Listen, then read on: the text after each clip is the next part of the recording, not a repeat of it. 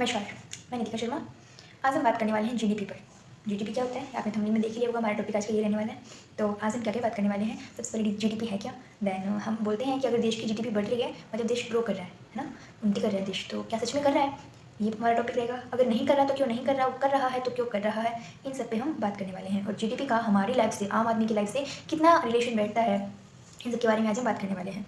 तो let's start. सबसे पहले जीडीपी होता क्या है। जीडीपी होता है सकल घरेलू उत्पाद। हमने पढ़ा होगा इंग्लिश में, ग्रोस डोमेस्टिक प्रोडक्ट। ये किन किन बातों पे निर्भर करता है, अभी ये देख लेते हैं कि व्यक्तिगत उपभोक्ता व्यय। फर्स्ट ये है कि आम आदमी मार्केट से कितना कुछ खरीद रहा है, खरीदने के लिए वो जो व्यय कर रहा है वो उस पर डिपेंड करेगा। सेकंड, व्यवसायिक निवेश, इन्वेस्टमेंट कितना हो रहा है उस पर। थर्ड, सरकारी व्यय, जो गवर्नमेंट है वो कितना निवेश कर रही है, इन्वेस्ट कर रही है। एंड लास्ट में निर्यात और आयात, मतलब विदेशों में कितना जा रहा है आ रहा है, उनके बीच जो अंतर है उस पर जीडीपी हमारा डिपेंड करता है। ओके, अभी फिलहाल जो भारत है वो विश्व का 5वां सबसे लार्जेस्ट इकोनॉमी वाला जो देश है वो बन चुका है। एंड इसकी जो जीडीपी है वो 2024 की वो 3.94 यानी 3.94 ट्रिलियन के आसपास है। ओके, 2024 के अंदर। एंड एक अनुमान है कि 2027 तक तो ये थर्ड बन जाएगा, इतने मतलब थर्ड पोजीशन पे आ जाएगा ये जीडीपी के मामले में। इकोनॉमी के अंदर सबसे थर्ड नंबर पे आ जाएगा, अभी ये 5 नंबर पे है। ओके, अभी जीडीपी जो है देश की ग्रोथ को नापने का एक बहुत ही मतलब तरीका माना जाता है। अच्छा है बुरा है ये हम कह सकते हैं कि शोधकर्ता जो है वो ये कभी नहीं कहते कि जो जीडीपी है वो एक बहुत अच्छा तरीका है इसको मापने का। ओके, लेकिन फिर भी भारत में मापा जा रहा है एंड बाकी देशों के अंदर भी देश का जो टोटल मतलब कह सकते हैं जो भी हो रहा है नहीं हो रहा है वो जीडीपी के अकॉर्डिंग ही माना जाता है। जीडीपी बढ़ी है मतलब देश ग्रो कर रहे हैं।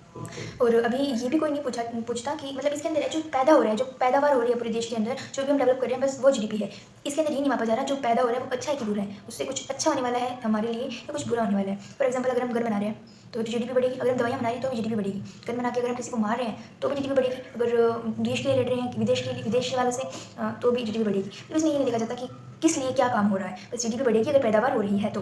ओके, एंड इसके अंदर जो है हमारा आम आदमी का वो कोई खास नहीं रहता कि हाँ अगर व्यवसायिक धंधों के अंदर उनकी जो प्रॉफिट बढ़ रहा है तो जीडीपी बढ़ेगी, लेकिन इसमें हमारा कोई खास फायदा नहीं है। एक आंकड़ा है कि 1947 के अंदर जो ब्रिटेन और भारत का रेशो था प्रति व्यक्ति आय के अकॉर्डिंग वो 100:10 का था।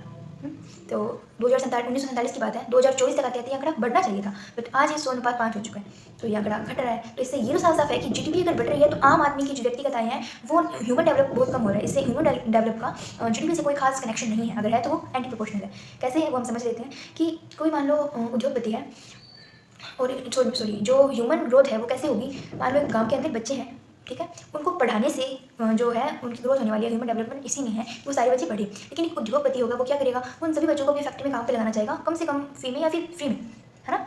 तो इसके अंदर जीडीपी बढ़ जाएगी उससे, क्योंकि उसका जो फैक्ट्री का काम है वो बढ़ जाएगा, लेकिन जो ह्यूमन ग्रोथ है वो तो कम हो गई ना। उनको पढ़ना चाहिए था बट वो नहीं पढ़ पा रहे हैं। एक और एग्जाम्पल से समझते हैं कि मान लीजिए कि मतलब कोई है जो जंगल वगैरह बचाना और ये सब करना ये ह्यूमन डेवलप के अंदर ही आता है। प्रकृति रहेगी तो हम रहेंगे, अदरवाइज नहीं रहने वाली, ठीक है। हमारे होने और होने से प्रकृति को कोई नुकसान नहीं पहुंचता, लेकिन प्रकृति सेफ रहे, प्रकृति सही रहेगी तभी हम रह पाएंगे। ओके, लेकिन एक उद्योगपति क्या करेगा, वो पेड़ काटेगा, वहाँ पे वो अपनी फैक्ट्री शुरू करेगा। तो ये सब वापस से सेम आ रहा है कि आम आदमी के लिए जीडीपी का कोई खास रोल नहीं है।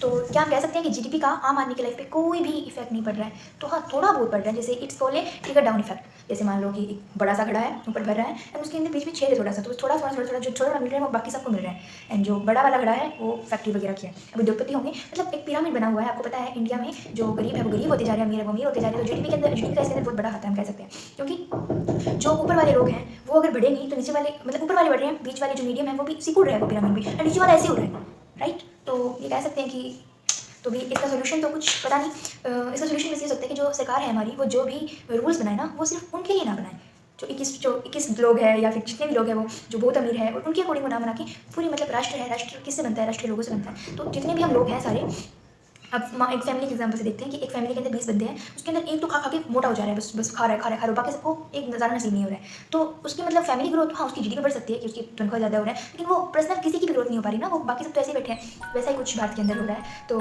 I hope you like it. अगर नहीं तो जो भी आपको लगे गिला शिकवा है you can show me on comment. Thank you so much for watching this video.